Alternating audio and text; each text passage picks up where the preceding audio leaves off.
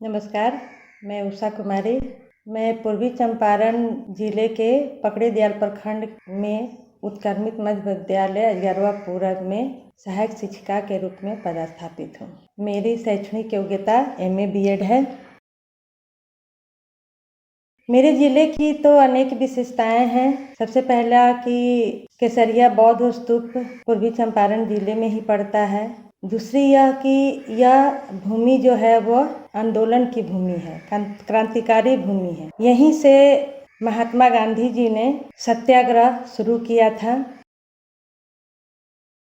मेरी समस्या यह थी कि मैं जब भी शिक्षण कार्य के लिए किसी भी वर्ग में जाती थी तो मुझे कुछ ऐसे बच्चे मिलते थे जो कि संकोची स्वभाव के होते थे, जो कि किसी भी क्रियाकलाप में शामिल होना नहीं चाहते थे या फिर कुछ बोलते नहीं थे। प्रश्न पूछने पर वे उनका जवाब देने में जवाब जानते थे, लेकिन उनमें एक झिझक होता था। मैंने उनमें सुधार के लिए अनेक क्रियाकलापों का आयोजन भी किया, लेकिन जो सुधार होना चाहिए वो नहीं हो पाया। फिर मैंने श्री अरबिंदो सोसाइटी द्वारा संचालित ZII का प्रशिक्षण लिया, जिसमें मैंने यह जाना कि अनेक ऐसे गतिविधियां हैं, अनेक ऐसे नवाचार है जिसका उपयोग करके इस प्रकार के बच्चों में सुधार किया जा सकता है। मैंने कुछ अपने आइडिया को इस प्रशिक्षण में रखा। प्रशिक्षक राजन जी ने इस आइडिया में मुझे कुछ सुधार भी करने को कहा और उन्होंने भी कुछ आइडिया पर सहमति जताई। इस प्रशिक्षण के दौरान मुझे यह महसूस हुआ कि अनेक ऐसे नवाचार है जिसका उपयोग करके बच्चों के शिक्षण कार्य में जिन बच्चों में झिझक होती है, जो संकोची स्वभाव के होते हैं, उनमें सुधार किया जा सकता है, या फिर जो अंतर्मुखी बच्चे होते हैं उन्हें बहिर्मुखी बनाया जा सकता है।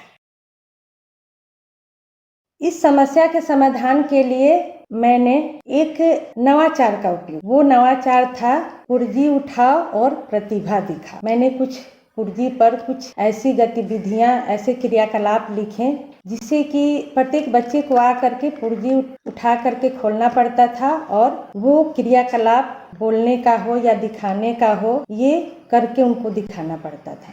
जैसे मान लीजिए किसी पुर्जी में गाना लिखा हो, किसी पुर्जी में ब्रश करना लिखा हो, तो ऐसे क्रियाकलाप से कुछ ऐसा हुआ कि जो बच्चे संकोची स्वभाव के नहीं थे वे भी अपनी प्रतिभा को आकर के रखने लगे, और वे बच्चे भी जो संकोची स्वभाव के थे, हालांकि शुरू में तो वे संकोच दिखाते थे, लेकिन बार बार इस क्रिया को करने के पश्चात उनमें भी ये संकोच भावना दूर हुई और वे अपनी प्रतिभाओं को खुलकर रखने लगे। वे भी कुछ बोलने लगे, अपनी प्रतिभा को दिखाने लगे। मैं धन्यवाद करना चाहती हूँ श्री अरबिंदो सोसाइटी को और HDFC बैंक को, जिन्होंने हमें एक नवाचार को रखने का एक सही मंच प्रदान किया है, जिस मंच द्वारा हम अपने शिक्षण कार्य में सुधार कर सकते हैं। बच्चों को उनके अंदर छिपी हुई प्रतिभा को एक दूसरे के समक्ष रखने का मौका दे सकते हैं, उनका सर्वांगीण विकास कर सकते हैं। Thank you